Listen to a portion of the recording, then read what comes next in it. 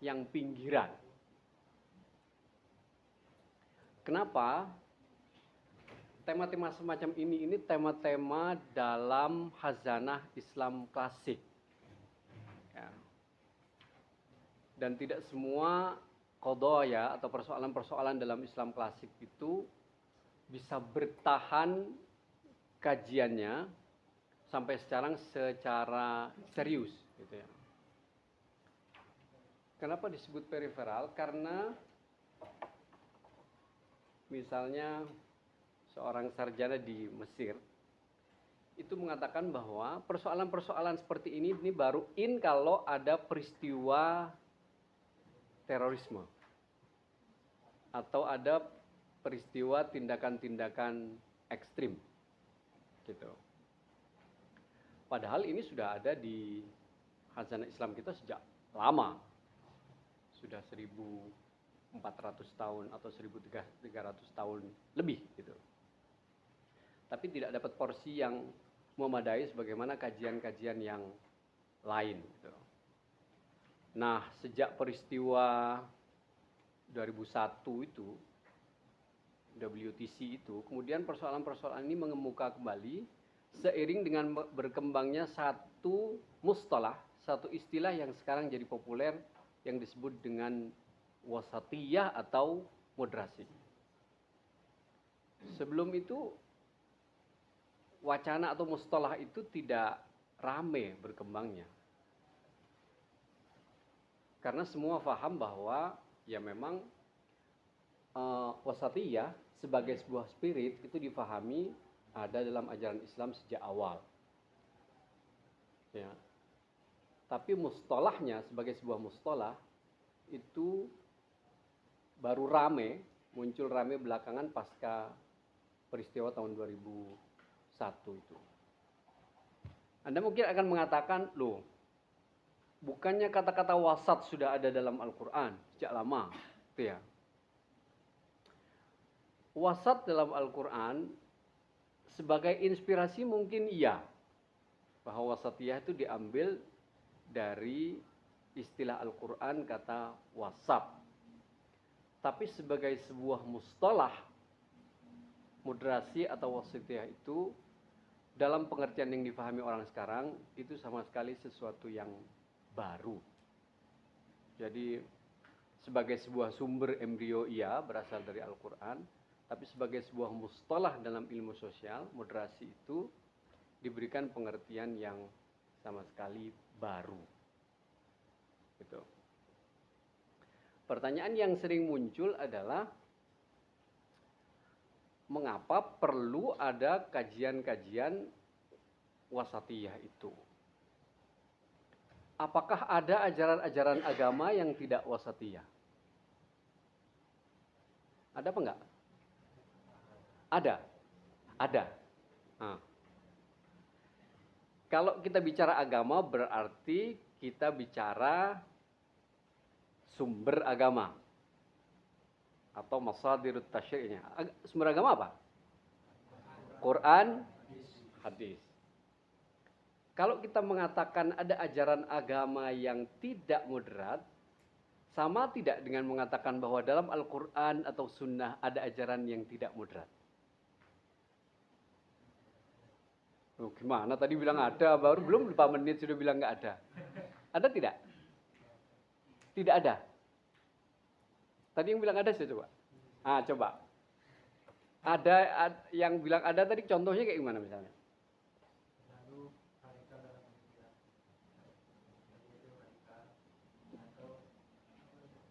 Contohnya dalam, kan tadi katanya di dalam ajaran Islam itu atau Quran Sunnah begitu, ada yang tidak moderat.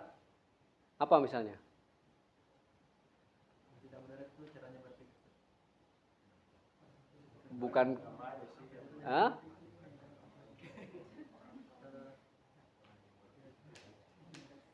Cara berpikir gimana maksudnya? Tidak ada. Tidak ada kan? Semuanya moderat gitu. Oke. Lalu mengapa ada orang-orang yang bertindak ekstrim atau melakukan tindakan-tindakan terorisme dan menjadikan landasan tindakan itu berasal dari Al-Quran maupun As-Sunnah.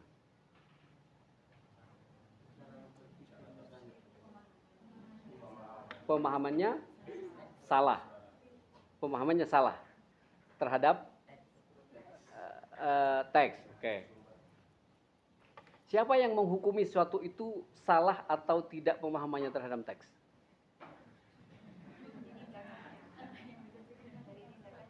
Nah, yang ingin saya katakan adalah perdebatan soal ini bukan perdebatan hari ini. Sejak awal muncul diskusi soal wasatiyah itu, para ulama sudah berdebat. Sebenarnya di dalam ajaran Islam itu ada yang moderat, ada yang tidak moderat atau tidak sih? Gitu. Satu mengatakan, ya tidak ada. Tidak ada. Nah kalau tidak ada, kenapa harus saja pembicaraan wasatiyah? Kata mereka, pembicaraan wasatiyah itu tidak menunjukkan atau tidak mengindikasikan bahwa ada ajaran Quran atau Sunnah yang tidak moderat. Fokus kajian itu adalah untuk mengungkap aspek wasatiyah atau aspek moderasi dari ajaran Islam yang ada dalam Al-Quran maupun As-Sunnah. Tapi kata yang kedua, oh tidak begitu. Anda bicara Al-Quran dan Sunnah, gitu, tidak bisa dilepaskan bahwa Al-Quran dan Sunnah itu sudah menjadi bagian dari sejarah. Kata yang kedua yang mengatakan, oh ada, ajaran Islam itu ada yang tidak moderat. Dari mana pemahamannya? Kata dia, oke, yang moderat itu adalah Quran yang normatif. Quran yang nassan, yang awal atau yang di Lauhul Mahfuz, itu iya. Itu wasatiyah. Tapi jangan lupa, begitu Quran turun ke bumi, itu difahami oleh manusia menjadi ajaran yang historis. Nah, orang yang kedua ini membedakan antara Quran atau Islam yang normatif dalam pengertian yang masih berupa teks dengan yang historis yang sudah difahami oleh manusia. Maka apa yang kita pahami sekarang dari ajaran Islam, mau itu dari aspek akidah, mau itu dari aspek syariah atau fikih dan yang lain, pada dasarnya itu adalah hasil pemahaman para ulama terhadap masadir tasyri', terhadap Quran ataupun As-Sunnah. Ya kan? Oleh karena itu sifatnya historis. Kita yang mempelajari itu mengatakan bahwa itu adalah ajaran agama. Ya enggak? Contoh.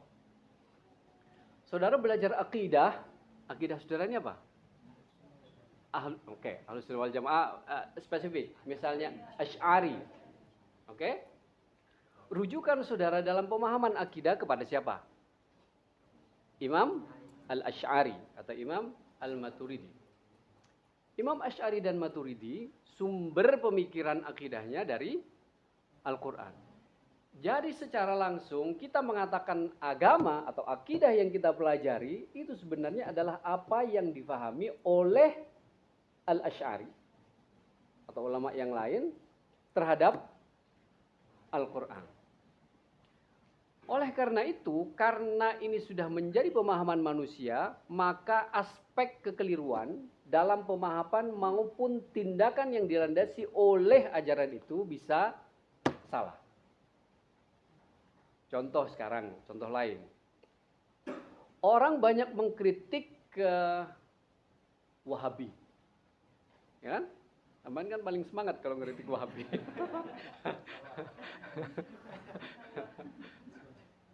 Gitu. Atau katakanlah ya tokoh yang dianggap menjadi inspirasi dari Wahabi, Ibn Taimiyah misalnya. Ya kan? Beberapa pemikiran Ibn Taimiyah itu dianggap menjadi inspirasi dari gerakan-gerakan jihad modern. Dan itu yang berusaha diluruskan oleh para ulama lain yang mengatakan bahwa Ibn Taimiyah misalnya salah dalam memahami ayat ini atau ayat itu, atau bahkan pengikutnya atau orang yang mengambil inspirasi dari Ibn Taimiyah juga keliru dalam memahami apa yang disampaikan oleh Ibn Taimiyah. Gitu. Nah, berdasarkan fakta seperti ini, yang kedua ini kemudian mengatakan ada ajaran Islam itu yang tidak moderat, yaitu ajaran Islam yang sudah difahami atau hasil pemahaman seseorang terhadap Al-Quran dan Sunnah yang difahami secara keliru dan kemudian dipraktekkan secara keliru. Nah, inilah yang dimaksud oleh kata mereka ini, kelompok kedua ini, mengapa kajian wasatiyah itu menjadi penting. Implikasi perdebatan ini kemudian pada penyebutan. Apa sebetulnya penyebutan yang tepat untuk menunjukkan moderasi Islam itu? Kan istilahnya banyak itu yang digunakan. Apakah wasatiyatul Islam, tarkibnya idhofi begitu, atau al-wasatiyah Islamiyah atau al-Islam al-wasati gitu. Itu menurut para ahli perbedaannya bukan hanya soal perbedaan tarkib atau susunan itu, tapi filosofi di balik itu. Kalau mengatakan al-Islam al-wasati dalam bentuk yang na'at man'ut gitu, itu memberikan kesan bahwa ya ada yang tidak wasati. Dan itu tidak benar, kata mereka ini. Tidak benar menggunakan ini. Bagi pendapat yang pertama tadi. Karena nggak ada yang nggak wasati, semuanya wasati. Gitu. Tapi bagi yang kedua, ya itu benar. Karena pada prakteknya ada yang tidak wasati. Tadi yang kita sebut itu. Pemahaman-pemahaman yang menurut ulama lain itu tidak tepat atau kurang tepat pemahamannya. Tapi bagi yang pertama yang benar adalah yang wasatiyatul Islam. Karena yang dimaksud itu bukan ada ajaran yang tidak moderat. Tapi ini adalah upaya untuk mengungkap kembali moderasi Islam itu yang terkubur atau tertutup oleh pemahaman tindakan orang-orang yang ekstrim atau radikal. Itu ya. Nah, salah satu isu yang terkait dengan moderasi ini, itu adalah soal Darul Islam dengan Darul Kufr ini. Atau yang sebagian menyebut Darul Islam dengan Darul Harab. Nah, dalam pembahasan moderasi beragama, ini kita harus pilih antara aspek fikih dari kajian itu dengan aspek moderasi beragamanya.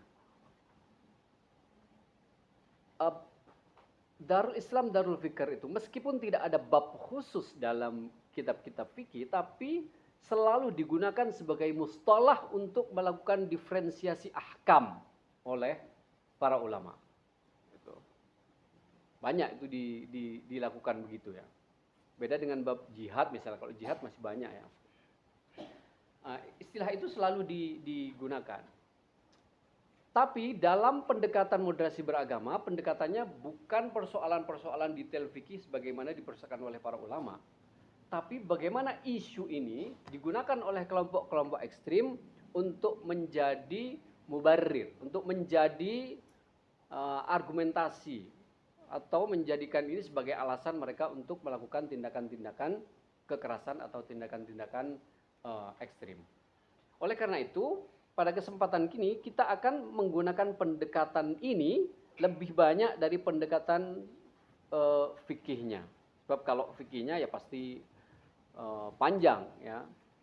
Nanti saudara akan masuk gimana persoalan-persoalan muamalat dalam perspektif Darul Islam dan Darul Kufr. Itu ikhtilafatnya luar biasa gitu. Munakahat atau jinayat itu kayak mana gitu. Itu juga panjang. Nah, itu saudara nanti bisa dalami sendiri kalau ingin mendalami aspek fikihnya. Kita akan lihat pada kesempatan kali ini dengan pendekatan moderasi beragamanya atau moderasi Islamnya. Itu yang pertama. Yang kedua, persoalan Darul Islam dan Darul Kufr ini menjadi penting karena ini menjadi titik fokus kelompok-kelompok di luar Islam, khususnya Barat, Al-Gharab gitu ya, yang memandang pejoratif, yang memandang miring terhadap Islam. Gara-gara Darul Islam dan Darul Kufur ini, gara-gara at-taqsim at-thunai atau at-thulathi lil ma'murah ini, Barat menganggap bahwa Islam itu sejak awal memang intoleran. Intoleran, tidak toleran. Melakukan pembagian manusia berdasarkan agama bagi orang Barat itu intoleran. Ini melihat status seseorang, bagaimana cara menyikapi seseorang berdasarkan akidah atau keyakinan yang dianutnya, itu adalah cara pandang yang intoleran menurut orang Barat. Gitu. Dan inilah yang masuk dalam pikiran mereka dalam melihat kaum Muslim. Kenapa mereka sangat benci terhadap Barat? Ya karena sudut pandangnya itu. Darul Islam, Darul Kufur itu. Mereka menganggap kita sebagai orang Barat ini sebagai orang yang berbeda. Satu. Yang kedua, konsep Darul Islam dan Darul Kufur ini bagi orang Barat menunjukkan bahwa umat Islam itu tidak mungkin hidup berdampingan, koeksistensi atau at-ta'ayush as-silmi dengan orang non-muslim. Gitu. Kata mereka, memang sudah dari sananya, cara pandangnya yang membagi manusia, kelompok manusia kepada yang muslim dan non-muslim, itu membuat mereka tidak bisa bergabung, berakulturasi dengan masyarakat non-muslim, khususnya Barat. Mereka sudah menganggap tradisi mereka berbeda dengan tradisi Barat, dan itulah yang dilihat oleh orang Barat, gitu. Kalau kita baca soal Islamofobia misalnya ya, soal isu-isu Islamofobia, itu kan umumnya karena orang Islam itu sebagian yang tinggal di Barat tidak bisa bergaul dengan orang-orang Barat dan kemudian hidup secara eksklusif gitu. Nah, yang ketiga, ini misalnya di persoalan-persoalannya dikemukakan oleh Bernard Lewis, ya, salah satu yang sempat terbaca misalnya. Yang lain sih mungkin saya kira melihatnya kurang lebih sama terhadap konsep itu. Cara pandang Islam terhadap al-akhar, terhadap lian, terhadap orang lain, itu adalah adwani. Cara melihatnya ya permusuhan gitu. Karena konsekuensi dari pembagian Darul Islam dan Darul Harb itu. Jadi kata orang Barat, mereka, orang Islam ini kalau melihat non-muslim, kayak kita ini di Barat, ya bagi mereka itu adalah musuh. Gitu. Itulah yang membuat mereka paham kenapa ada tindakan-tindakan teroris itu oleh kelompok-kelompok muslim. Karena mereka memang menganggap kelompok-kelompok non-muslim itu, apalagi di Barat, itu sebagai musuh. Gitu ya. Nah, yang berikutnya, Darul Islam, Darul Kufur ini dianggap sebagai bagian dari apa yang mereka pahami tentang jihad.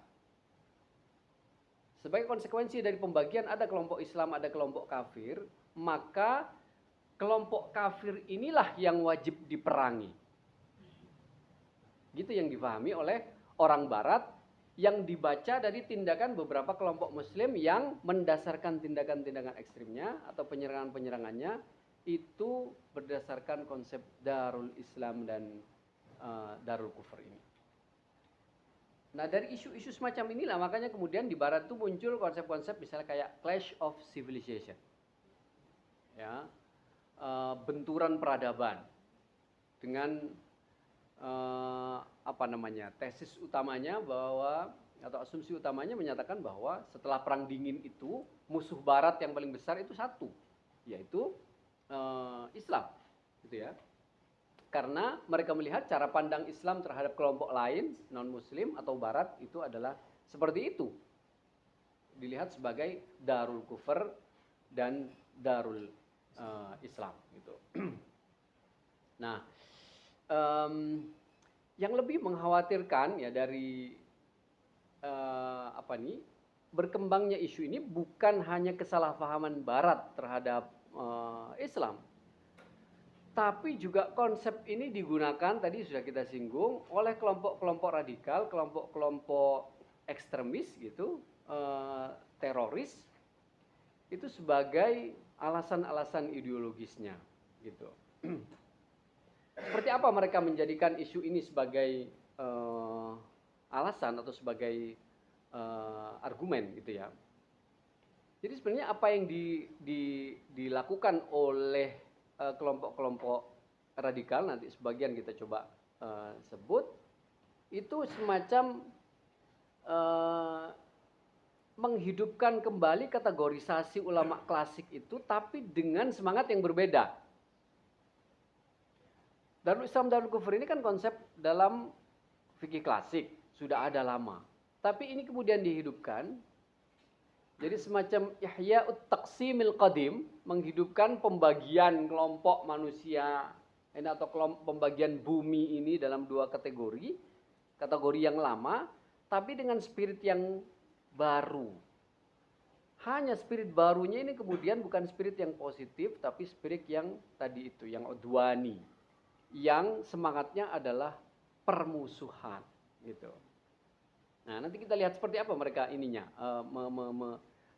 menerjemahkan itu gitu ya. Misalnya mereka melihat bahwa dengan kategori ini di dunia ini memang hanya dua gitu.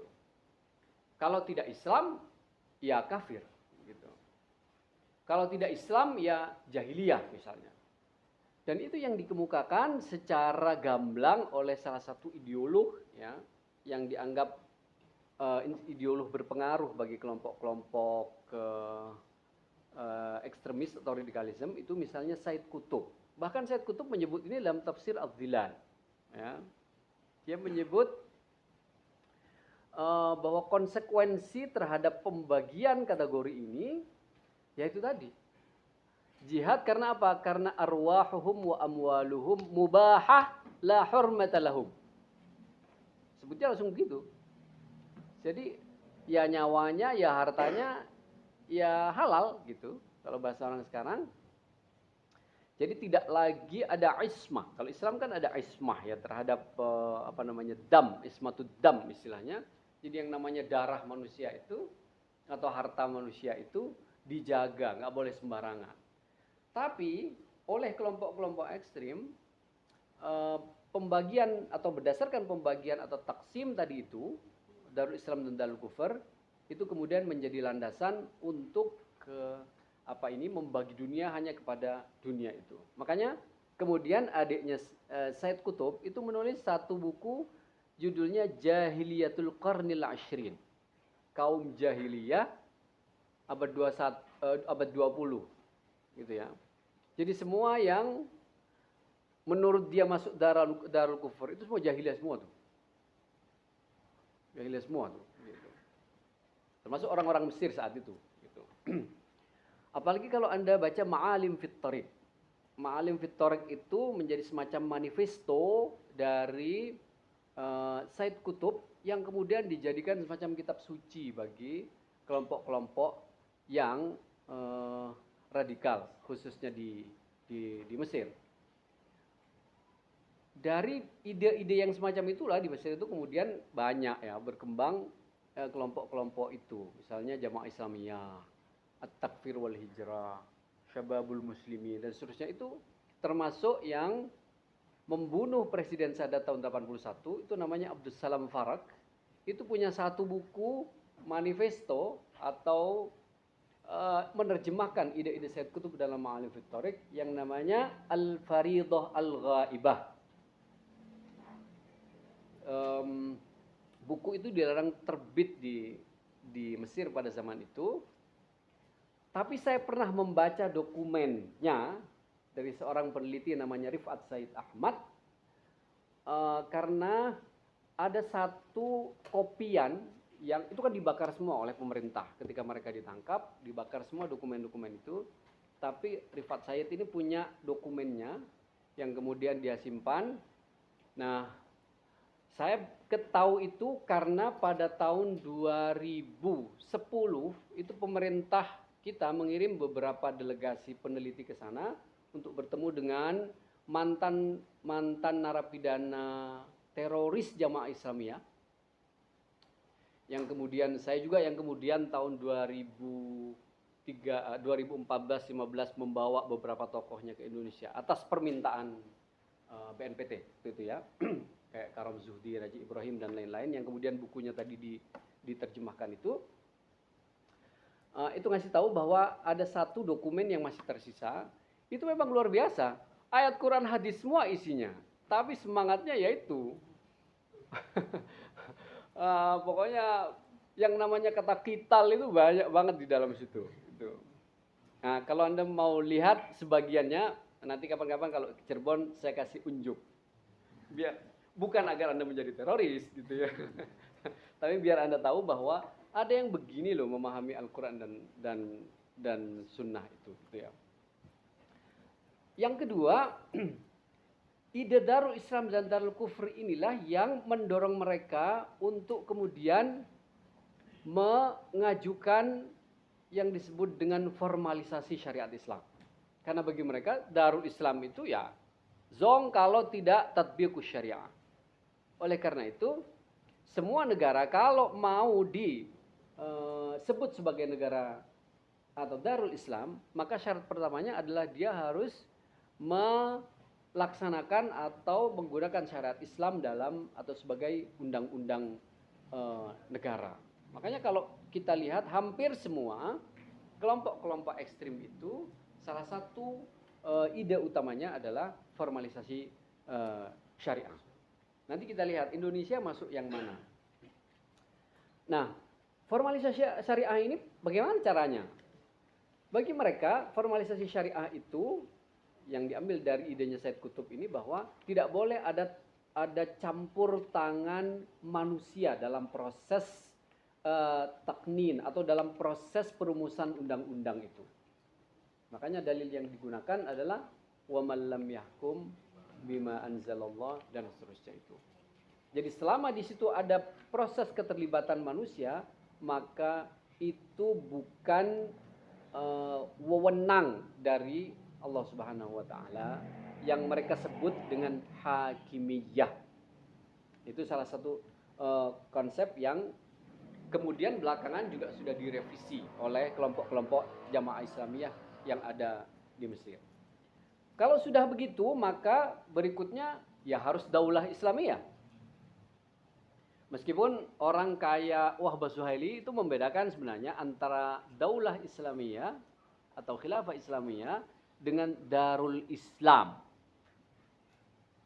Kata Wahbah Zuhaili, kalau khilafah Islamiyah atau daulah Islamiyah itu mengandaikan satu komunitas global yang seluruhnya berasaskan Islam.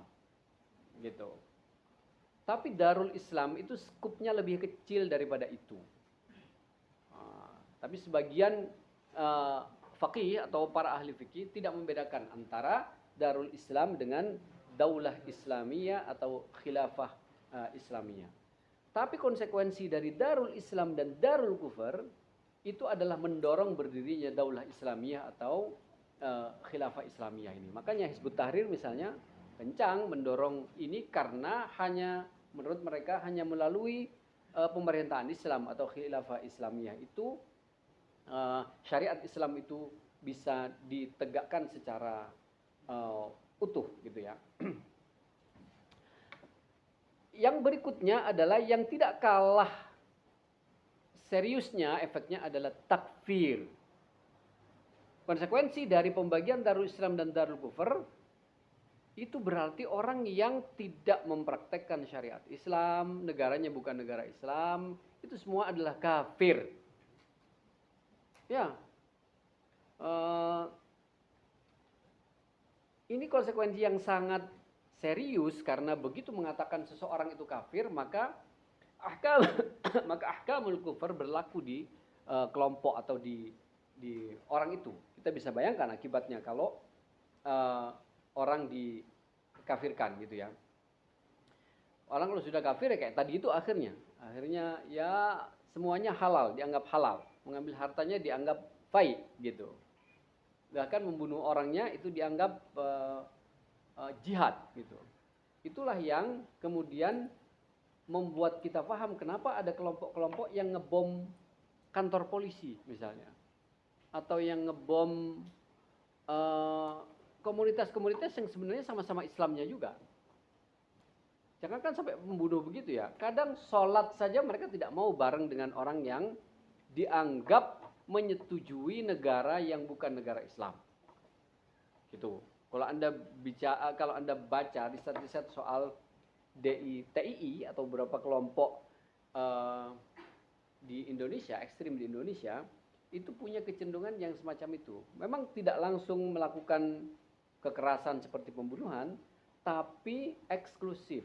Artinya tidak bergaul ya, tidak berinteraksi dengan masyarakat muslim lainnya dengan alasan bahwa mereka berada di soft yang berbeda.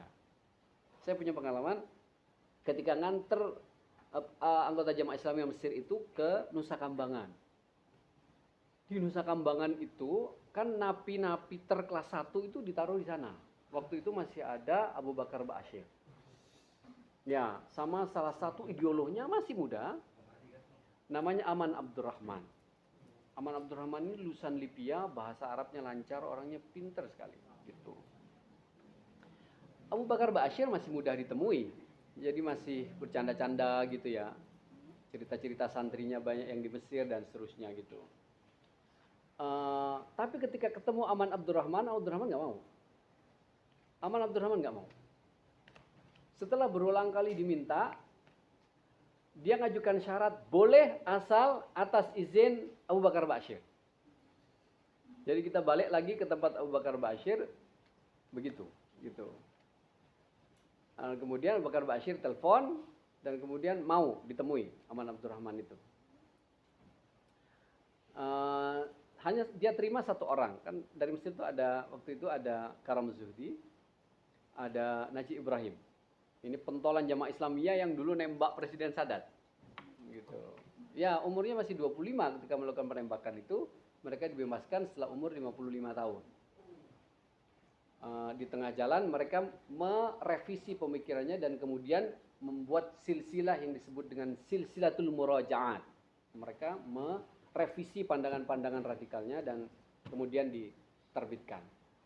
Pemerintah Indonesia merasa perlu ini ketemu dengan orang-orang itu, siapa tahu mereka bisa mengalami hal yang sama, mau merevisi pemikirannya gitu. Begitu masuk ke selnya itu, Aman Abdurrahman memang datang, tapi tidak mau duduk, gitu. Tidak mau, katanya kamu duduk di sana, gitu. Saya bilang, kenapa? La, ana fis shaf wa anta fis shaf tsani. Saya di satu barisan, enta barisan yang lain, gitu. Oke. Kan orang Mesir itu biasa ya kalau ngomong itu so akrab gitu. Itu ditepis tangannya. Gitu. Lah katanya kamu ke sana gitu. Duduk di sana seberang. Udah duduk gitu, fadhal katanya. Dia pakai bahasa Arab. Bahasa Arabnya bagus sekali, lancar. Silakan ngomong, mau ngomong apa katanya. Kan orang Mesir basa-basi ya. Sini saya mau ngomong ini gitu, basa-basi. Enggak usah basa-basi katanya. Emang repot kan? Basa-basi mau ngomong apa? Enggak katanya. Kalau nggak ada yang ngomongin saya pergi katanya. Habis itu pergi betulan itu. Pergi ke dalam itu. Pergi. Nah, kita ngikut si Najib Ibrahim ngikut dengan sipir itu ngikut gitu. Itulah yang kemudian hampir terjadi insiden karena hampir dipukul oleh Aman Abdurrahman itu si Najib Ibrahim. Saya kan di bagian luar gitu. Sampai segitunya itu ya, menganggap bahwa ya saya fi shaf wa anta di shaf yang lain gitu. Di barisan yang lain. Saya di barisan Islam, ente di barisan Taghut, kurang lebih kira-kira begitulah ya. Kurang lebih gitu. Nah, konsekuensinya segitu gitu. Dan ya memang soal istihlal dima dan amwal itu ya nyata gitu ya. Nyata. Ada namanya Basri. Basri ini umurnya masih 19 tahun. Dia yang ngebom hotel Kuningan. Aduh, saya lupa apa namanya. Saya lupa. Saya ketemu dengan anak itu, Ritz Carlton, betul, yang di Kuningan. Orangnya masih muda, gitu, orangnya masih muda. Dia masih mau ketemu, mau senyum gitu, tapi ya gitu, nggak mau dia ngomong agama, katanya. Lah buat apa saya ngomong agama sama Anda gitu? Ngomong apa agama sama Anda gitu? Agama Anda beda dengan agama saya. Wah, ya itu. Sampai begitulah ya, keketatnya gitu sampai segitu. Jadi istihlal dima itu kemudian takfirul mujtama'at itu adalah konsekuensi dari adanya taksim atau pembedaan tadi, pembagian antara Darul Islam dan Darul Kufur. Jadi kalau kira-kira dibuat beberapa kata-kata pendek, yaitu istihlalid dam atau istilah dima, kemudian takfirul mujtama'at gitu ya, dan kemudian al-i'tida' ala ghairil muslimin, nyerang kepada yang dianggap bukan barisan Islam gitu ya. Kemudian istikhdam Darul Islam Darul Kufur itu sebagai kamubarrir untuk mereka melakukan tindakan-tindakan kekerasan. Dan itu didasarkan kepada nas. Jadi kira-kira mereka ini sudah yuharrifunan nusus. Mereka sudah memahami teks-teks itu lepas dari konteks atau pemahaman yang benar, baik itu nas atau teks yang terkait dengan qital ataupun jihad, maupun ayat-ayat atau nas-nas yang terkait dengan salam, silm, terkait dengan ayat-ayat damai gitu. Semua sudah difabrikasi sedemikian rupa sehingga bisa menjadi landasan atau argumen mereka melakukan tindakan-tindakan kekerasan. Inilah perspektif atau pendekatan moderasi terhadap efek dari penggunaan taksim atau pembagian kategorisasi Darul Islam dan Darul Kufur, baik Barat maupun Islam, khususnya adalah kelompok-kelompok ekstrim, gitu ya. Sekarang kita akan lihat sulbil maudu'nya. Apa sih sesungguhnya Darul Islam dan Darul Kufur itu, gitu ya. Kalau melihat per definisi, sebenarnya para ulama itu punya definisi atau cara pengungkapan definisi yang berbeda, meskipun secara substantif sebenarnya menurut saya sama saja, serupa gitu ya, hanya diungkapkan dengan cara yang berbeda. Kalau diperhatikan misalnya dalam Madzhabul Arba'ah, di antara 4 mazhab itu, pengungkapannya berbeda dengan beberapa penekanan yang spesifik, tapi unsur yang meliputi definisi mereka terhadap Darul Islam dan Darul Kufur itu sama.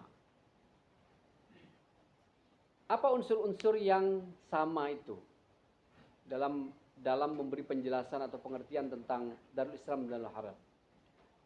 Yang pertama adalah di sini pengertiannya adalah daulah ya. Daulah atau ya negara lah, kurang lebih begitu, meskipun saat itu konsep negara belum ada. Yang pertama adalah adanya penguasa muslim.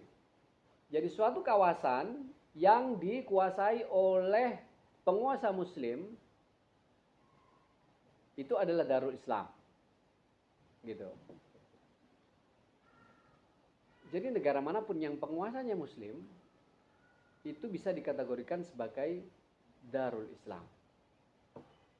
Ini belum masuk ke detail Islamnya, pemimpinnya ini Islam model apa? Gitu. Apakah Islam KTP istilah kita? Apakah Islam Wahabi? Sehingga kita Sunni, Asy'ari tidak mengakui itu sebagai Darul Islam. Islamnya Wahabi. Jangan. Ataukah Islam Nusantara? misalnya. Yang pertama itu. Yang kedua adalah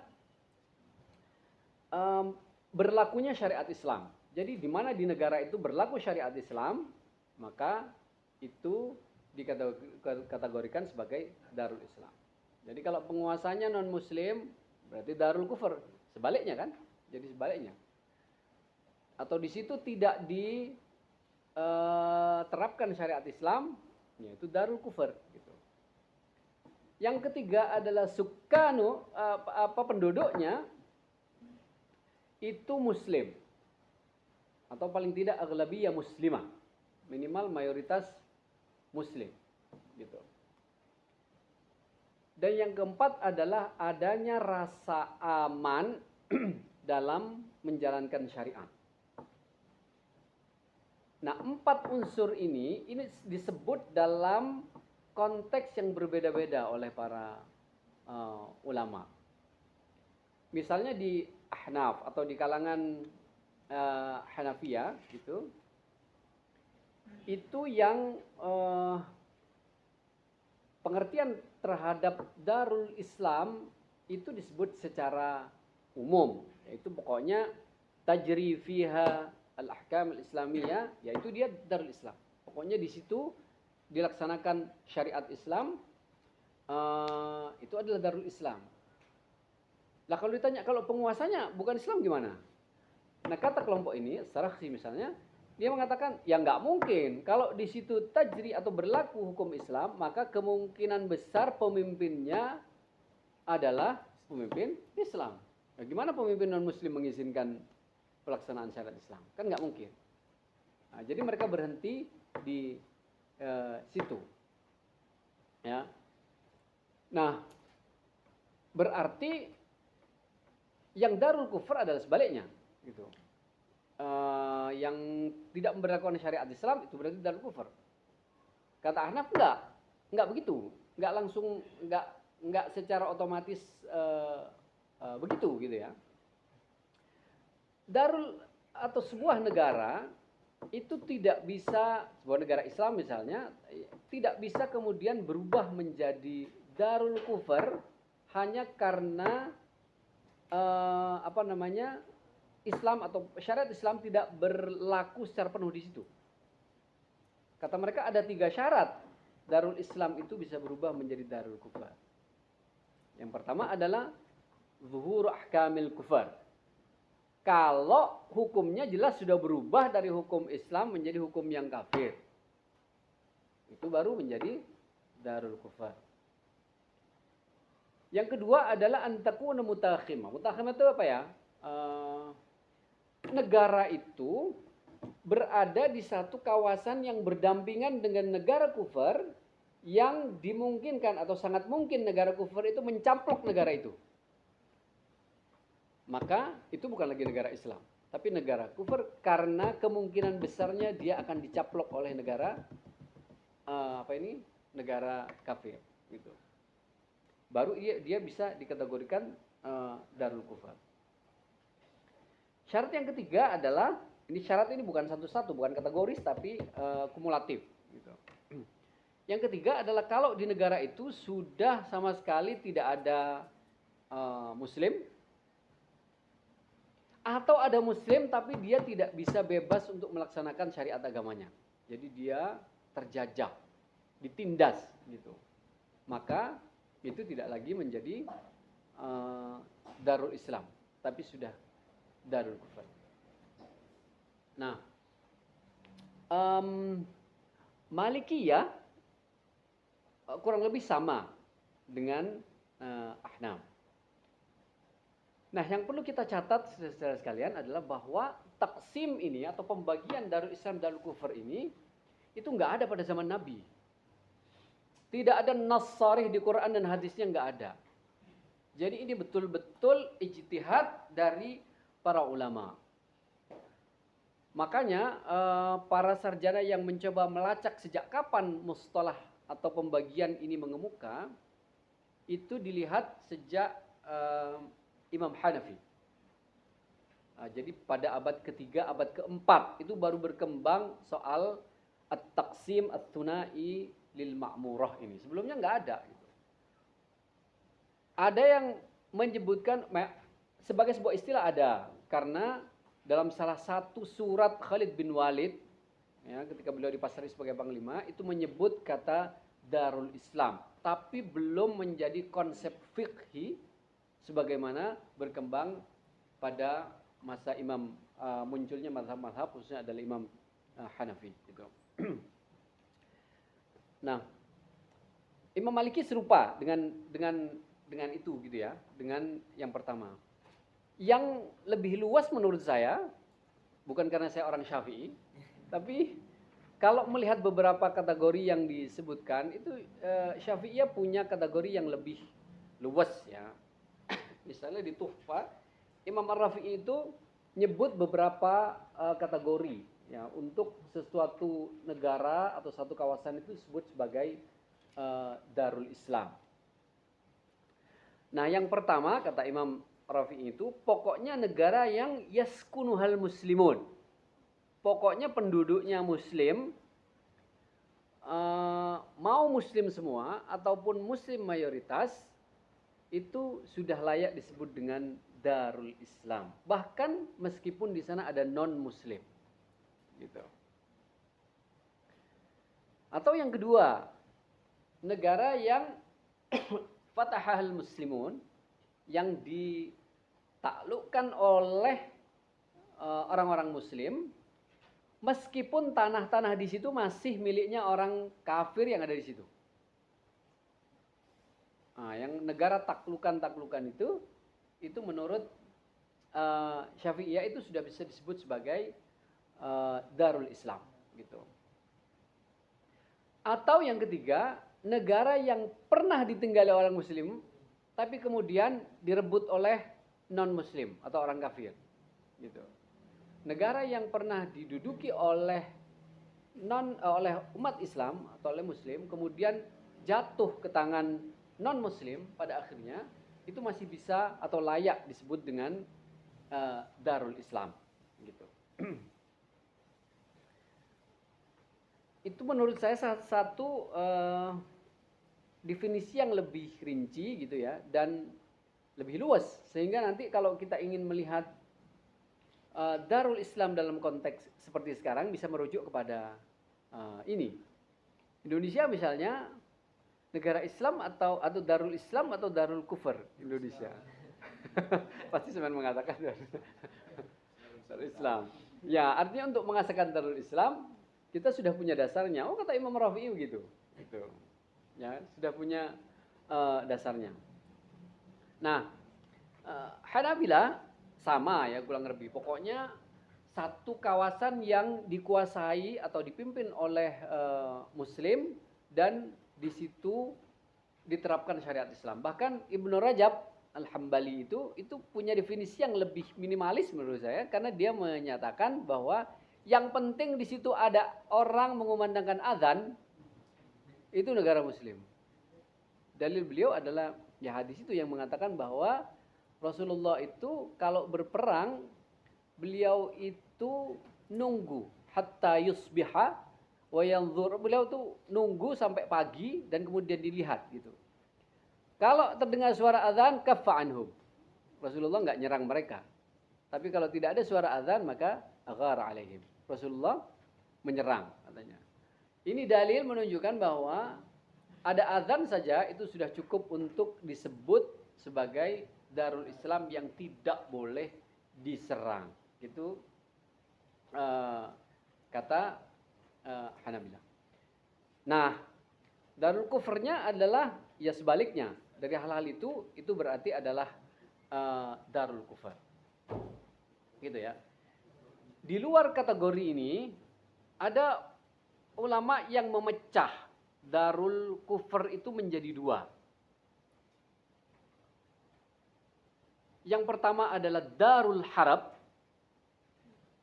negara perang, gitu. Yang kedua adalah Darul Ahad, Darul Ahdi, gitu ya. Jadi ulama yang Darul Kufur itu pun ada dua, gitu. Enggak kemudian semuanya sama, gitu ya. Oke. Darul Harb itu apa? Darul Harb itu berarti kawasan yang jelas-jelas menunjukkan permusuhannya dan menyerang Islam.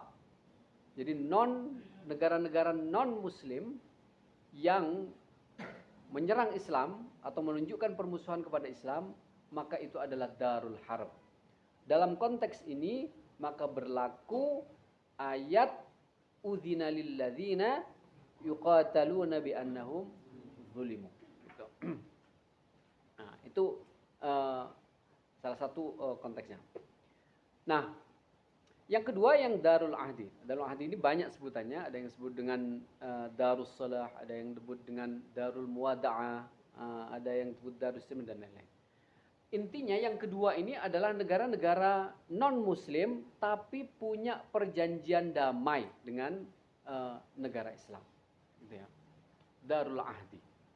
Penduduknya mungkin dia bukan Muslim, tapi dia punya perjanjian dengan negara-negara Islam untuk hidup secara damai. Gitu. Nah, kalau punya perjanjian dengan negara-negara Islam, statusnya kemudian apa? Berubah menjadi Darul Islam kah? Atau tetap Darul Kufar? Nah, ini diperdebatkan lagi oleh para ulama. Gitu. Oh iya, ini yang saya maksud. Nanti detail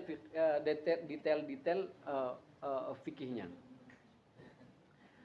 Kalau menurut Hanafiyah atau sebagian Syafi'iyah, ya sudah, kalau sudah punya ahad dengan kelompok Islam, ya dia menjadi Darul Islam. Artinya berlaku ajaran Islam terhadap mereka yang non Muslim di situ. Dia nggak boleh disakiti, dia nggak boleh dibunuh, hartanya nggak boleh dirampas dan seterusnya. Gitu ya. Tapi kata Hanabila enggak, itu enggak merubah statusnya. Statusnya tetap Darul Kufar. Ya, tetap statusnya adalah Darul Kufar. Gitu. Nah, meskipun nanti detailnya itu berbeda-beda. Misalnya pada kasus kalau seorang Muslim masuk kepada Darul Kufar itu, gitu, dan kemudian dia melakukan hal-hal yang dilarang oleh agama. Misalnya dia riba, melakukan praktek riba, atau dia zina, misalnya, atau membunuh. Hukum apa yang berlaku?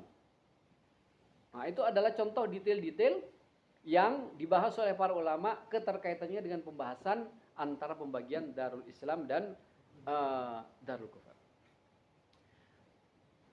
Ada ulama belakangan, karena kita bilang tadi ini bukan Quran dan Sunnah. Jadi ini bukan sesuatu yang baku, ini ijtihadi gitu. Namanya Ibn Taimiyah.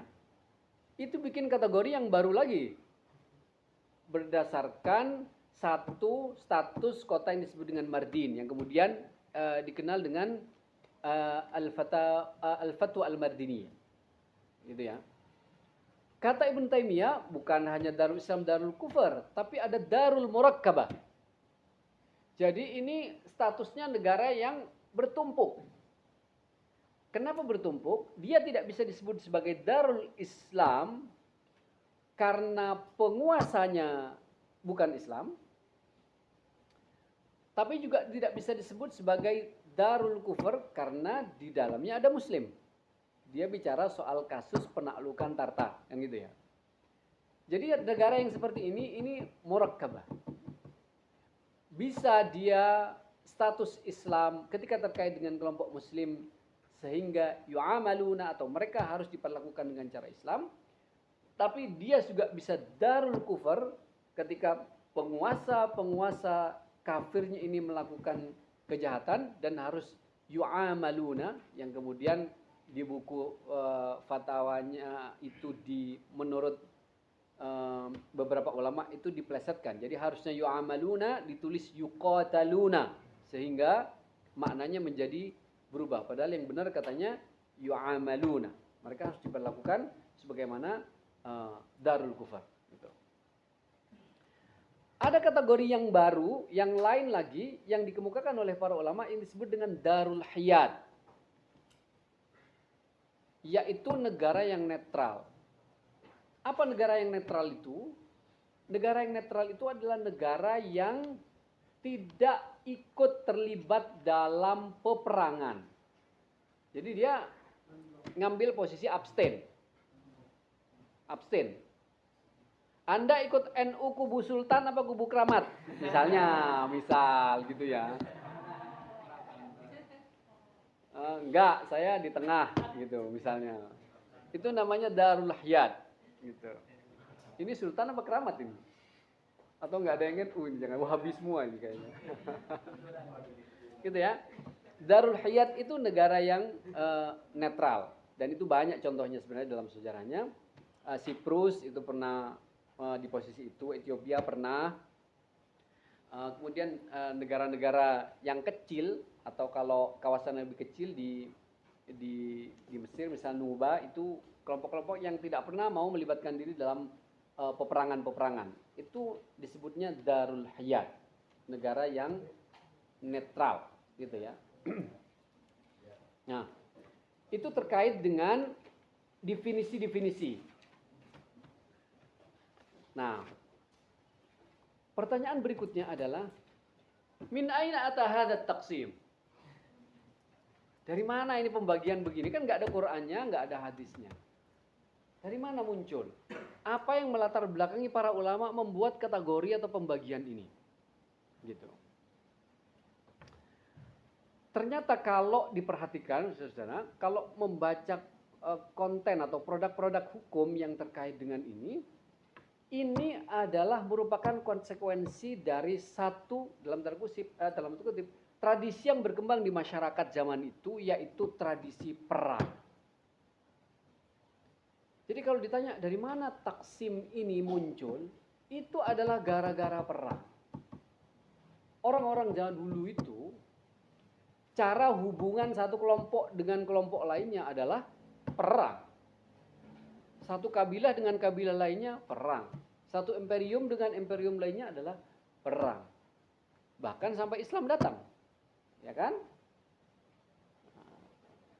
Perang. Jadi model interaksinya itu adalah perang. Bisa kita katakan bahwa sebenarnya Darul Islam Darul Kufur ini adalah embrio dari satu hukum pergaulan internasional. Hanya masih dalam bentuknya yang awal. Karena waktu itu kan belum ada kesepakatan atau ittifaqiyat seperti sekarang yang mengatur hubungan internasional antar negara. Dulu hubungannya perang, kan? Yang diperebutkan banyak. Kalau di Jazirah Arab kan perang itu karena memperebutkan sumber mata air, memperebutkan kehormatan dan seterusnya. Tradisinya memang perang. Dan ketika Islam itu berkembang, keluar dari Jazirah Arab ke tempat lain, mereka kemudian bingung ini gimana cara membahas, kini kita membuka atau berhasil menaklukkan negara non-Islam. Tapi penduduknya kan nggak bisa dipaksa. Penduduknya kan nggak boleh kita paksa untuk masuk Islam. Gitu. Lalu statusnya gimana nih? Kan gitu.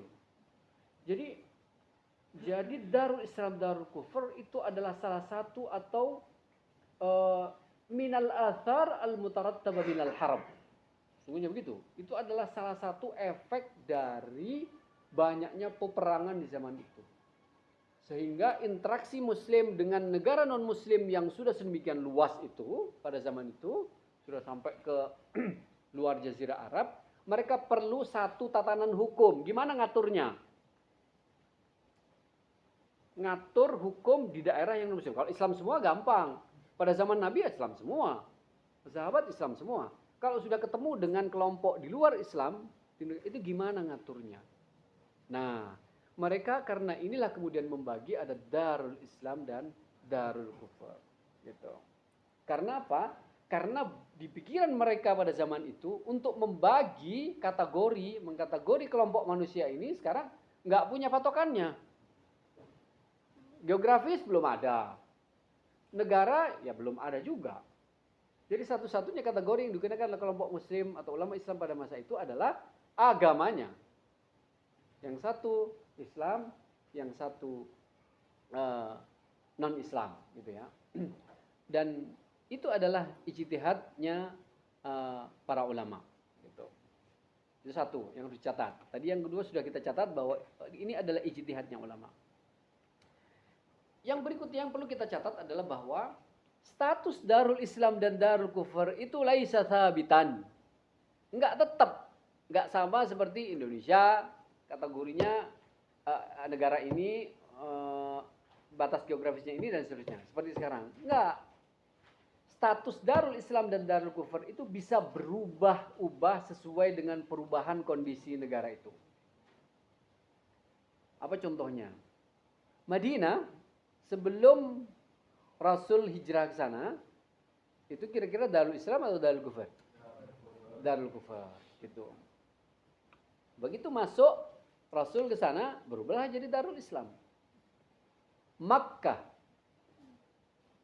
statusnya apa? Darul Kufur, ya kan? Tapi setelah Fathu Makkah ya berubah. Makanya Rasul mengatakan la hijrata ba'dal fatah. Karena salah satu hukum yang disebutkan atau diperdebatkan di dalam konsep Darul Islam Darul Kufur, kalau orang muslim berada di Darul Kufur itu wajib hijrah atau tidak? Itu kan pertanyaannya, perdebatannya. Ada yang bilang ya wajib hijrah. Ada yang bilang tidak, selama dia bisa menjalankan syariat agamanya di situ, dia tidak harus hijrah, gitu ya. Itu catatan yang berikutnya. Ya. Yang seterusnya, Darul Islam dan Darul Kufur itu keniscayaan historis sebenarnya untuk mengatur tadi itu ya, tatanan hubungan antar kawasan dan juga hukum-hukum yang terkait dengan komunitas muslim dalam posisinya ketika berinteraksi dengan komunitas-komunitas non-muslim. Jadi sebenarnya kalau kalau dilihat gitu ya, kalau diperhatikan, dibaca gitu konsep-konsep terkait dengan perincian Darul Islam Ahkam dalam Darul Islam dan Darul Kufur. Jadi pembagian ini didasarkan pertama adalah yaitu tadi untuk tanzim syu'ul muslimin atau tanzim syu'ul mujtama' al-islami. Jadi untuk mengatur tatanan masyarakat muslim itu seharusnya seperti apa. Khususnya kalau dia berada di kawasan yang non-muslim atau di kawasan-kawasan taklukan baru Islam yang berada di luar kawasan awal seperti Jazirah Arab. Nah, yang kedua adalah mencoba menjelaskan apa efek, terutama efek hukum dari posisi masing-masing kelompok Islam itu saat berada di komunitas-komunitas yang lain, atau at-taksilul fiqhinya. Ya, taksilul fiqhinya di sini kayak gitu. Nah, itu persoalan yang kedua, dari mana pembagian itu ada. Nah sekarang kalau pada zaman modern ini kan sudah beda nih. Sekarang sudah ada perjanjian Westphalia ya kan, abad 17 yang dianggap sebagai cikal bakal nation state atau berkembangnya negara-negara modern. Atau bahkan sekarang di negara modern sudah berkembang konvensi-konvensi atau ittifaqiyat Wina, Austria kan. Ada yang mengatur soal bagaimana hubungan diplomatik, bagaimana hubungan konsuler, bagaimana soal hukum internasional dan seterusnya gitu. Jadi sungguhnya Darul Islam Darul Fikr ini adalah embrio dari konteks hubungan internasional pada zaman sekarang ini.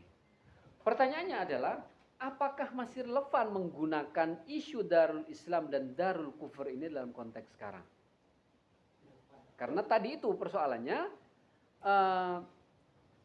isu ini digunakan oleh kelompok-kelompok tertentu, kelompok-kelompok ekstrim, justru dengan maksud dan makna yang berbeda. Gitu. Pertanyaannya itu sekarang, apakah masih relevan atau harus dilakukan revisi terhadap konsep Darul Islam dan Darul Fikr? Antum mujtahidun, ya kan? Antum kan mujtahid semua ini. Antum yang harus pikirkan apakah konsep seperti ini membagi kelompok atau satu kawasan sebagai Darul Islam dan Kufur itu masih relevan? Misalnya, tidak, sudah tidak relevan.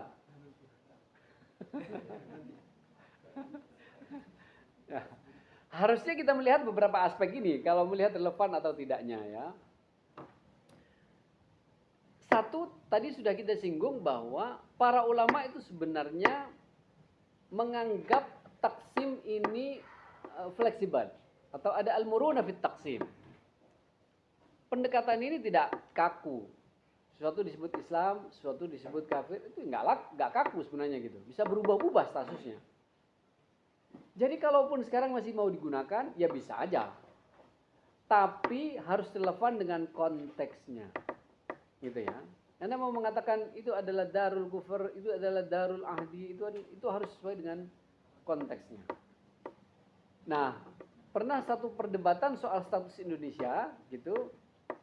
Itu para peserta di seminar itu menyatakan bahwa Indonesia ini bukan darul Islam juga, bukan darul kufur juga, tapi darul ahdi. Kan gitu. Karena Indonesia ini dibangun bukan hanya oleh kelompok muslim, tapi juga keterlibatan non-muslim. Dan mereka bersepakat soal pengelolaan, soal dasar negara dan seterusnya, melalui Pancasila, Undang-Undang Dasar dan seterusnya.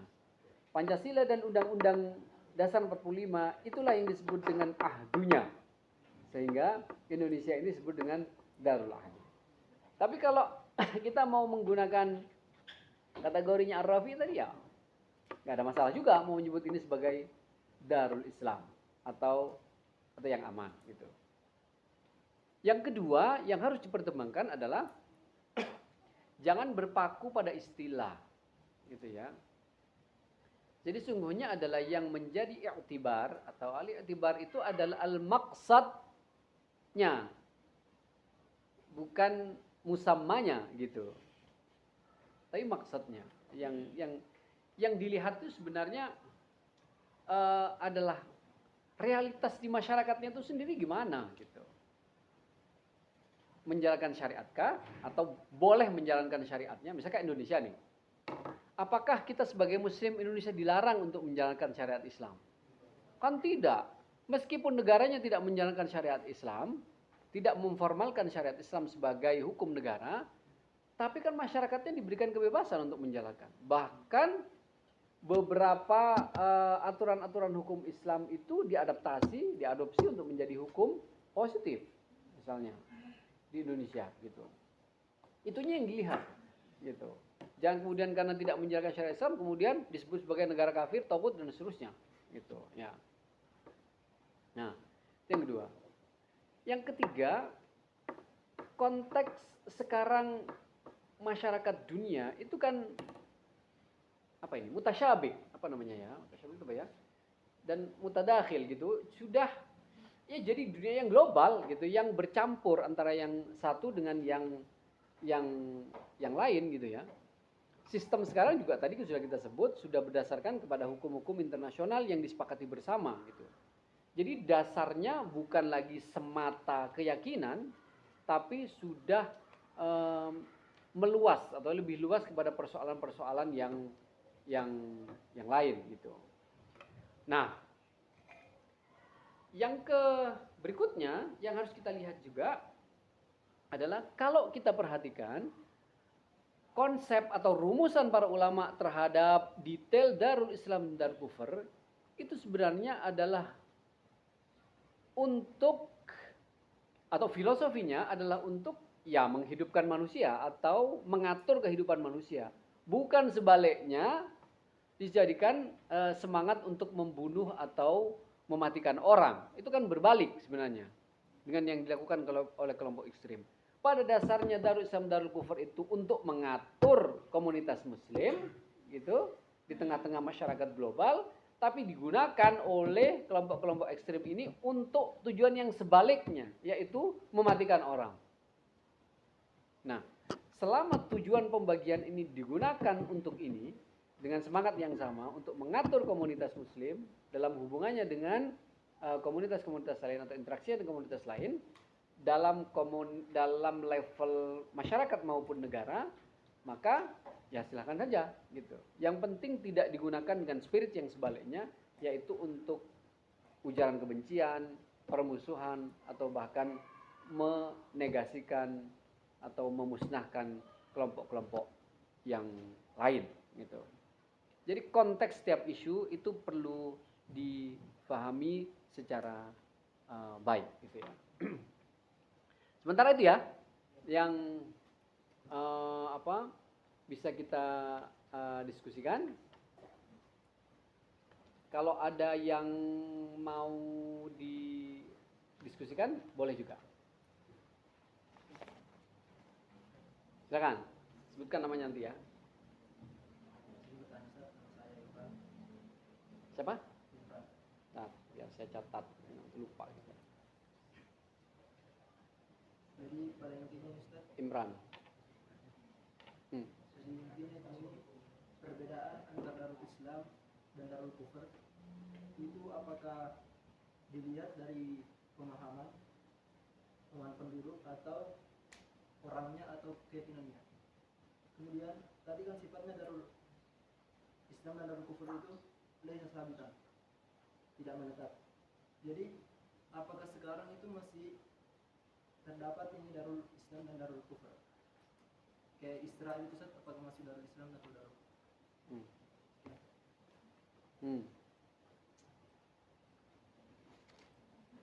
Sorry, yang pertama tadi coba diulang, saya belum nangkap betul tuh. Apakah yang dilihat orangnya atau agamanya atau apa ini? Orangnya atau pemahaman atau keyakinan.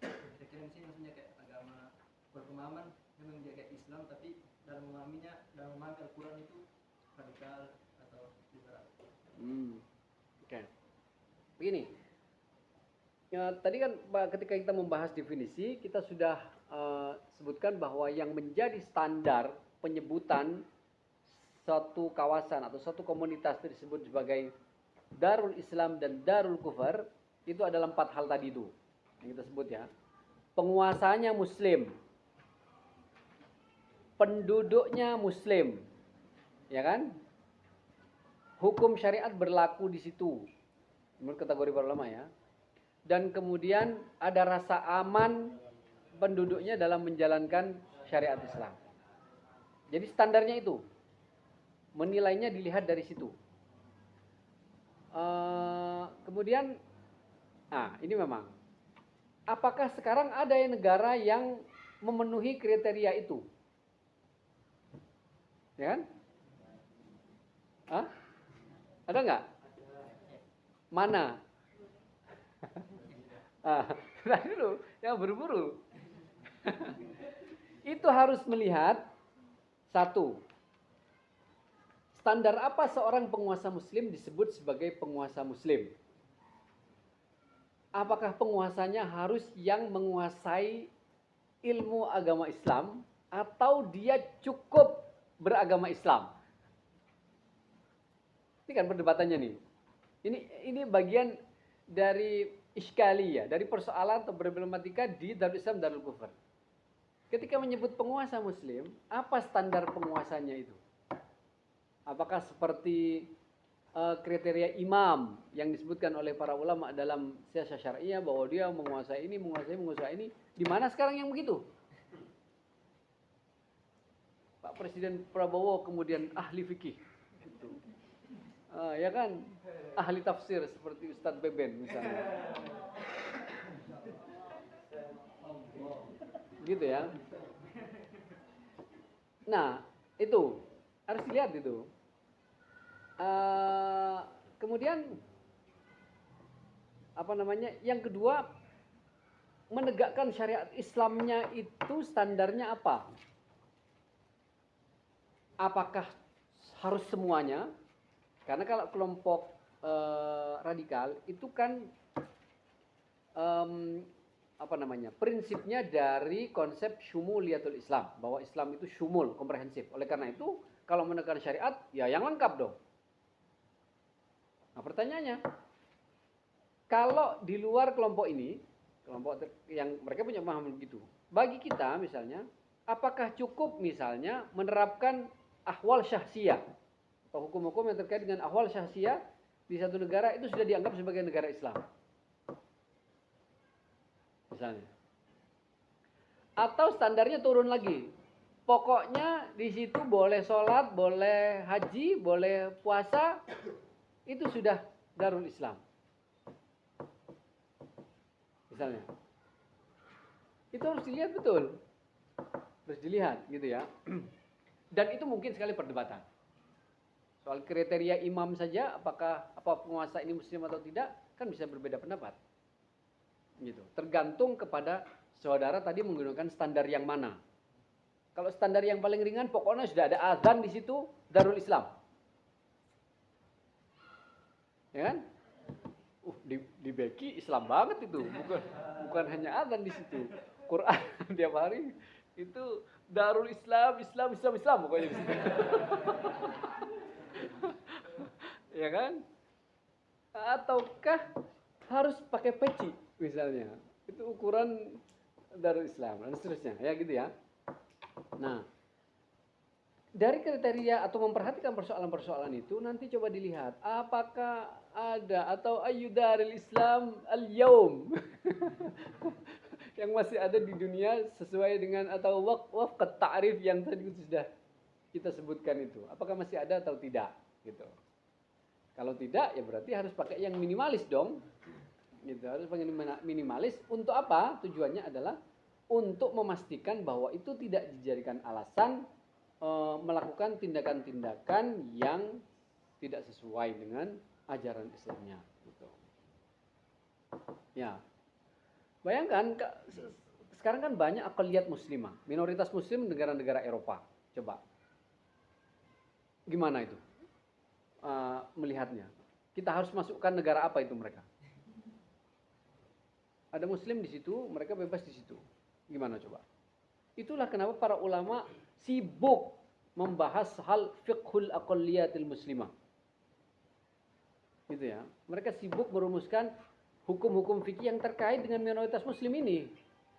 Sholat Jumat nggak ada masjidnya. Gitu misalnya.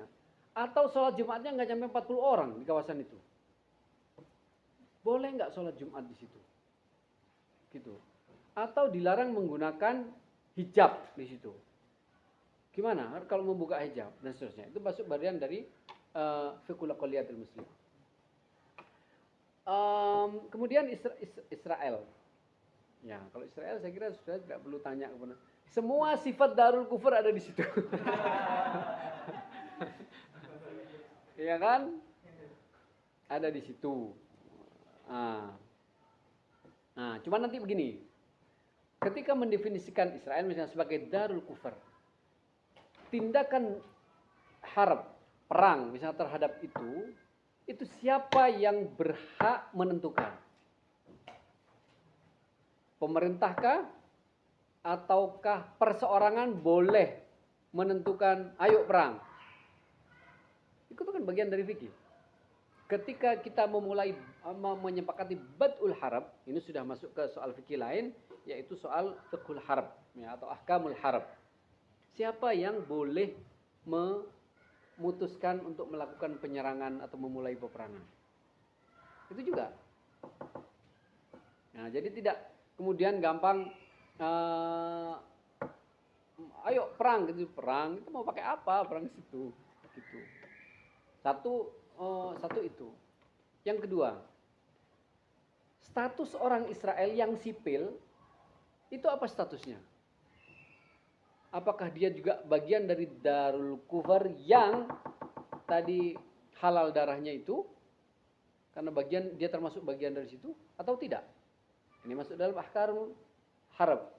Kan harb tidak boleh membunuh wanita, anak-anak, perempuan tua dan seterusnya.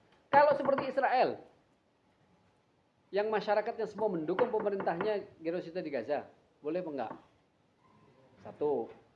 Ya ini perdebatan fikihnya, bisa boleh bisa enggak, terserah aja. Jangan minta fatwa sama saya, minta sama Ustaz Nasrullah fatwanya. Nanti ya. Ini merangsang saudara untuk memikirkan itu.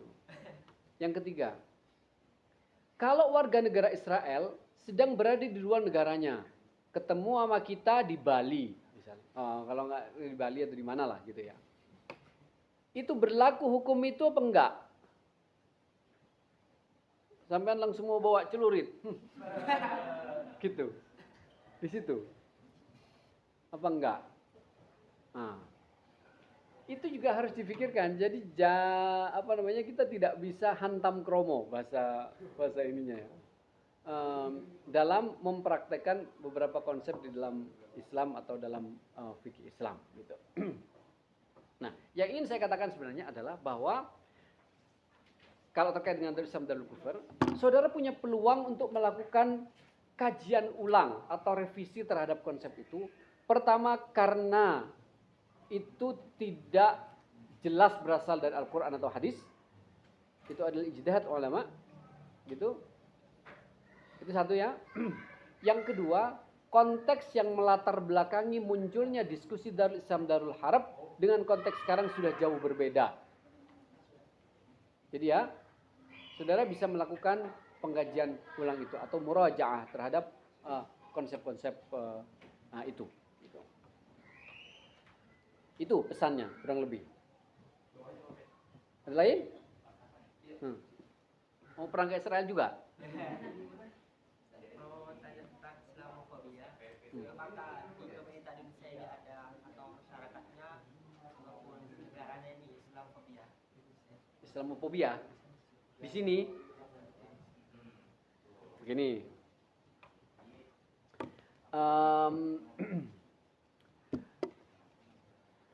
Sampai pertama saya ingin tanya, sejauh ini apakah panjenengan melihat orang Muslim dihambat atau mendapat hambatan dalam melaksanakan ajaran agamanya? Kalau kayak contoh Habib Rizik Habib Rizik kenapa? dihalang-halangi gitu. Dihalang-halangi. Kira-kira dia dihalangi kenapa? Radikal. Hah? Oke, radikal. Apa bentuk radikalnya? Menggerakkan semangat muslimin kaum muslimin untuk anti pemerintah. Anti pemerintah, oke. Ini fakta dari sampean ya. Arti kita bisa berbeda nih, gitu. Jangan sampai. Jadi kata Kang Beben itu gitu, al-hukmu 'ala syai' far'un an tasawwurihi. Jadi pemahaman kita tetap satu masalah itu akan menentukan kita memberi hukum kayak apa. Misalnya Habib Rizik itu adalah orang yang menentang pemerintah. Menentang pemerintah, gitu ya. Perlu kita perjelas, ini menentangnya karena apa? Pertama misalnya karena pemerintah dianggap pemerintah yang kafir. Ini contoh ya, bukan beneran. Ini kasusnya bisa berbeda, ya, beneran. Oleh karena dia mengatakan pemerintah yang kafir, gitu, dianggap oleh pemerintah ini berbahaya. Karena di sini ada takfir. Kalau dia sudah mulai mengkafirkan, maka berikutnya dia akan menghalalkan darahnya. Kemudian Habib Rizik dan kelompoknya dilarang oleh pemerintah. Tindakan pemerintah ini benar atau tidak? Hah? Benar karena dia menghambat munculnya mafasid atau kedaruratan, yaitu tindakan-tindakan intoleran. Karena dia menganggap pemerintah yang ini. Satu ya. Yang kedua kasusnya. Kalau Habib Rizik ini marah atau menentang ke pemerintah karena pemerintahnya tidak adil, pemerintahnya korup, pemerintahnya zalim terhadap rakyatnya, gitu ya. Kemudian dia ditangkap dan dia organisasinya dibubarkan. Sebenarnya itu tindakan benar atau tidak? Siapa yang salah nih? Pemerintahnya salah. Kenapa? Kenapa? Karena tidak mau menerima kritik, mengebiri kebebasan berbicara, kritik masyarakat. Jadi misalnya, dalam dua kasus ini, mana Islamofobianya? Mana Islamofobianya di dua kasus ini? Hah? Nggak ada Islamofobia di sini. Nggak ada. Yang ada adalah satu, soal ideologi negara yang membahayakan negara, ideologi yang membahayakan negara. Yang kedua adalah soal politik yang mengebiri atau tidak memberi ruang rakyat untuk memberikan kritik kepada pemerintah. Kan soal siasi, soal politik. Kecuali kalau misalnya tiba-tiba di satu komunitas melarang orang membangun masjid atau orang beribadah. Itu iya. Itu baru Islamofobia. Karena misalnya orang itu kalau sholat kemudian atau kalau ada masjidnya itu biasanya toanya itu mengganggu banget itu. Gitu. Mengganggu banget, suaranya kenceng. Sudah azan 5 kali, sebelum azan 1 jam sebelumnya masih ada bunyi-bunyian, setelah azan pun masih ada puji-pujian, habis azan pun masih ada pengajian, nggak selesai-selesai urusannya ini, misalnya ya. Meskipun ini pun bisa berbeda, bisa dianggap Islamofobia karena dia merasa festivalisasi ritual Islam ini mengganggu, atau yang kedua memang kelompok muslim yang ada di situ ini tidak toleran terhadap masyarakat yang non muslim di situ. Itu pun masih bisa berbeda. Gitu loh. Itulah sulitnya untuk mengatakan bahwa di negara kita itu ada Islamofobia gitu. Beda dengan kelompok muslim minoritas yang hidup di barat. Mereka mengalami diskriminasi ras misalnya karena dia berasal dari Timur Tengah. Mereka mengalami tindakan-tindakan kekerasan karena hanya mereka memelihara jenggot atau memakai hijab misalnya. Mereka dipersekusi karena melakukan ritual ibadah di tempat-tempat peribadatan misalnya. Itu jelas mereka dilakukan. Tapi kalau di Indonesia sejauh ini kita tidak melihat itu ya. Jadi masyarakat Indonesia, masyarakat Muslim Indonesia ini harusnya bersyukur gitu ya. Nah, Islamofobia nggak ada. Yang ada itu adalah korupsifobia. Gitu ya. Kira-kira begitu. Tapi saudara boleh berbeda kalau melihat itu sebenarnya tindakan terhadap Habib Rizik itu Islamofobia. Silakan aja, yang penting argumennya jelas gitu. Kalau saya begitu tadi melihatnya. Jadi harus clear dulu konteksnya apa dulu. Silakan.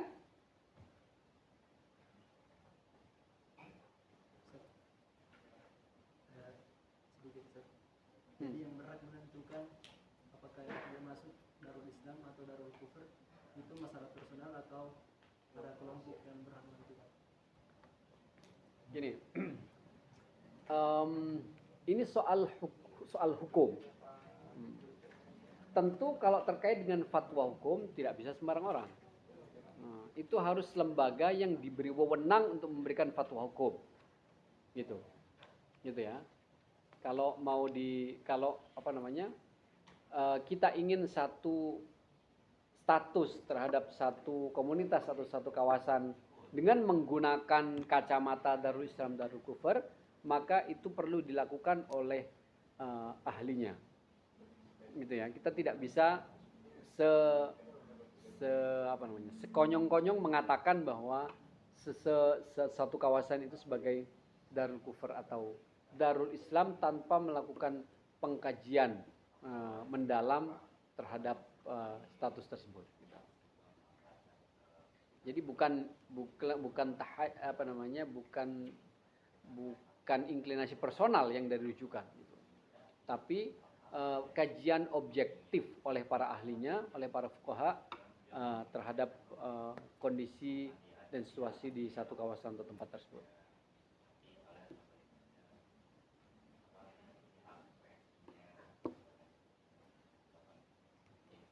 Lagi? Nah, sebenarnya kalau Islam itu sebenarnya kaya dengan ini ya. Daripada menggunakan Darul Islam dan Darul Kufur, sebenarnya ada istilah lain yang itu lebih lembut, lebih soft gitu ya. Yang sering digunakan juga oleh para fuqaha, yaitu Darul Islam dan Darul Da'wah. Jadi tidak ada kufurnya di situ. Ya kan? Bukan Darut Dakwah Indonesia itu bukan ya. Jadi yang Darul Islam adalah Darul Islam yang itu, yang ini adalah Darut Dakwah itu artinya non muslim, negara non muslim, tapi ya di situ berlaku dakwah. Kan itu sebenarnya pesan Qur'annya kan begitu. Jadi non muslim itu bukan kemudian waqatilu ayatnya, tapi ud'u ila sabili rabbika. Kenapa kita tidak sebut saja dengan Darut Dakwah? Kenapa harus Darul Kufar? Nah, besok saudara kalau mengkaji bab itu masyarakat, kita ganti ini. Oh, pulang dari Beki kemudian jadi mujtahid. Nah, misalnya kita perlu revisi penggunaan istilah Darul Kufar dengan Darul Dakwah. Jadi komunitas non muslim itu bukan untuk dianggap kafir, kemudian diiksa, diiksa itu dipersekusi dan seterusnya, tapi itu adalah Darul Dakwah. Tempat kita menyampaikan ya dakwah Islam, Darul Dakwah wal Irsyad. Itu ya. Lagi? Itu memang agak rumit yang membahas itu karena ya apalagi kalau bahas fikihnya. Fikihnya kan nanti akan sedetail itu. Hukmut ta'amul ma'a ghairil muslimin nanti gimana tuh? Hukumnya berinteraksi dengan non muslim gimana di negara yang dikategorikan misalnya sekarang sebagai Darul Kufar. Termasuk di dalamnya nanti itu gimana mengucapkan selamat Natal. Sebentar lagi mau Natal nih. Pasti ramai lagi gitu. Selamat Natal gimana hukumnya? Kan masuk-masuk yang begitu.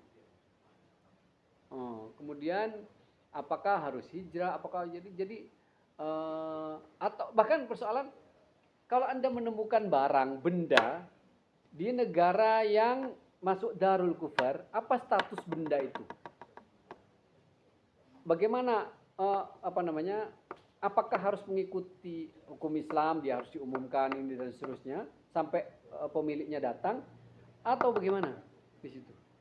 Nah, itu adalah bagian dari ahkam yang muncul dari konsekuensi pembagian Darul Islam dan Darul Kufur.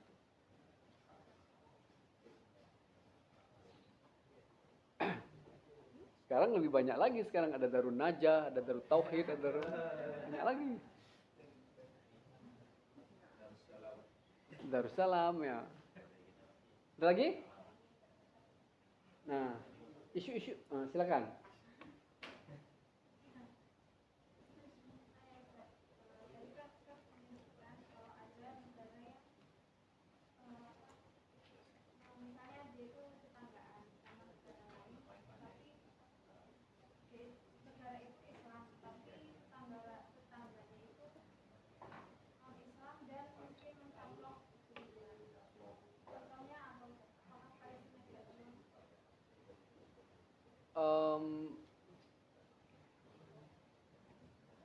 Gimana? Nah, biar saya cerna dulu. Oke, apakah Palestina itu bisa disebut dengan Darul Harb hanya karena dia berdampingan dengan Darul Kufar? Itu maksudnya. Gini, sekarang kita posisikan status Palestina itu sebagai negara merdeka atau negara terjajah. Itu dulu. Negara terjajah. Oke. Apakah masyarakat Palestina tidak bisa menjalankan syariat Islamnya di situ?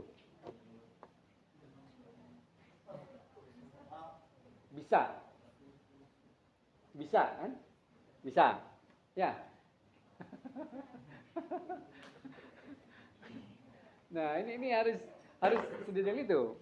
Harus kita lihat apakah masyarakat di sana sebab begini. Di dalam pikiran para ulama dulu itu, ketika satu negara, satu komunitas itu kemudian mencaplok negara lain, maka itu berarti the winners take all. Yang menang itu ya dia yang mengatur semua gitu. negara yang tadinya negara muslim kalau dicaplok oleh negara kafir, maka tidak ada lagi bekas negara Islamnya di situ. Karena namanya perang kan menghabisi, ya kan? Dihabisi, ya habis, gitu. Nah, tapi sekarang kan tidak begitu. Ya, sekarang kan hukum apa namanya? Perang itu tidak begitu, gitu ya. Nah, harus kita lihat nih, apakah Palestina itu bisa menjadi darul kufur hanya karena posisinya terjajah. Misalnya, posisinya terjajah. Kalau kita melihat bahwa Palestina ternyata masih bisa menjalankan syariat Islamnya, masyarakatnya masih bisa menunjukkan identitas muslimnya, hanya hak-hak kenegaraannya yang dia tidak miliki, kan? Hak-hak kenegaraan yang dia tidak miliki karena misalnya semuanya diatur atau dikuasai oleh Israel, gitu ya. Ini bisa beberapa kemungkinan. Pertama, menggunakan kategori yang digunakan oleh Ibnu Taimiyah sebagai Darul Murakkabah. Ini sebenarnya ya bertingkat ini. Dia Darul Islam kalau melihat masyarakatnya, tapi dia Darul Kufur kalau melihat penjajahnya. Gitu. Atau diubah. Saudara bikin kategori baru bahwa ini sebenarnya tidak bisa dikategorikan sebagai Darul Islam karena dia tidak punya kuasa untuk mengatur keislamannya di situ karena dipegang oleh penjajah atau diatur oleh penjajah, gitu ya. Apalagi dia tidak bisa disebutkan sebagai Darul Kufur karena jelas masyarakatnya muslim. Palestina dalam konteks ini, dalam konteks merebut ya ini haknya sebagai sebuah negara yang berdaulat, yang merdeka, Palestina adalah Darul Jihad misalnya. Kenapa salahnya? Ya kan? Apa dasarnya? Oh ya ada kan, kata Quran begitu. Kalau innama yanhaakumullahu 'anil ladzina qataluukum fid din, terus wa akhrajukum min diyarikum, dan seterusnya itu. Dia boleh karena haknya dirampas. Jadi Palestina adalah Darul Jihad. Nah, nanti Anda bisa elaborasi lagi konteks jihadnya itu kayak mana, gitu ya. Nah, ini bisa panjang nih. Apakah nanti negara-negara Muslim membantu, apakah ini dan seterusnya, gitu ya. Gitu. Namanya juga tadi disebutkan ini ada al-murunah fit taqsim. Jadi tidak persis harus selalu begitu. Gitu. Ya kan? Ada lagi?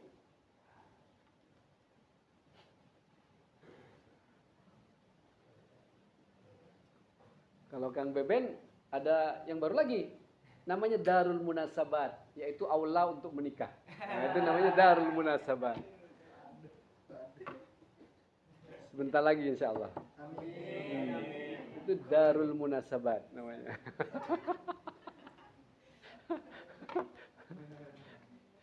Ada lagi? Cukup? Cukup ya? Yang begini. Idealnya orang yang menjelaskan ini adalah orang yang juga mengerti hukum internasional. Saya kebetulan bukan ahli hukum internasional. Nah, jadi pendekatan sejak awal saya katakan sebagai disclaimer saya bahwa pendekatannya adalah pendekatan moderasi beragama atau moderasi Islam, bukan detail fikihnya atau bahkan konteks hubungan internasionalnya. Tapi bahwa ini adalah cikal bakal dari pola hubungan internasional yang digagas oleh Islam, itu diakui oleh para ulama ya. Abdul Wahab Khalaf, kalau kita tahu Abdul Wahab Khalaf, kemudian Muhammad Abu Zahra, itu kan kemudian mengembangkan konsep Darul Islam ini menjadi al-alaqat ad-duwaliyah fil Islam, gitu loh. Sebagai pola hubungan internasional di dalam Islam. Terima kasih. Kalau ada kekurangannya saya mohon dimaafkan. Assalamualaikum warahmatullahi wabarakatuh.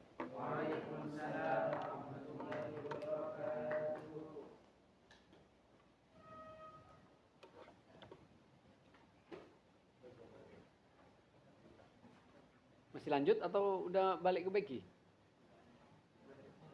Sampai kapan saudara-saudara di Beki? 21 Januari? Sebentar sekali.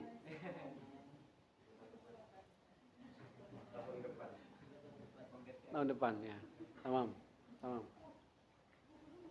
Mufakin insyaallah. Mau minta dokumentasi. Hah? Dokumentasi. Oh, boleh.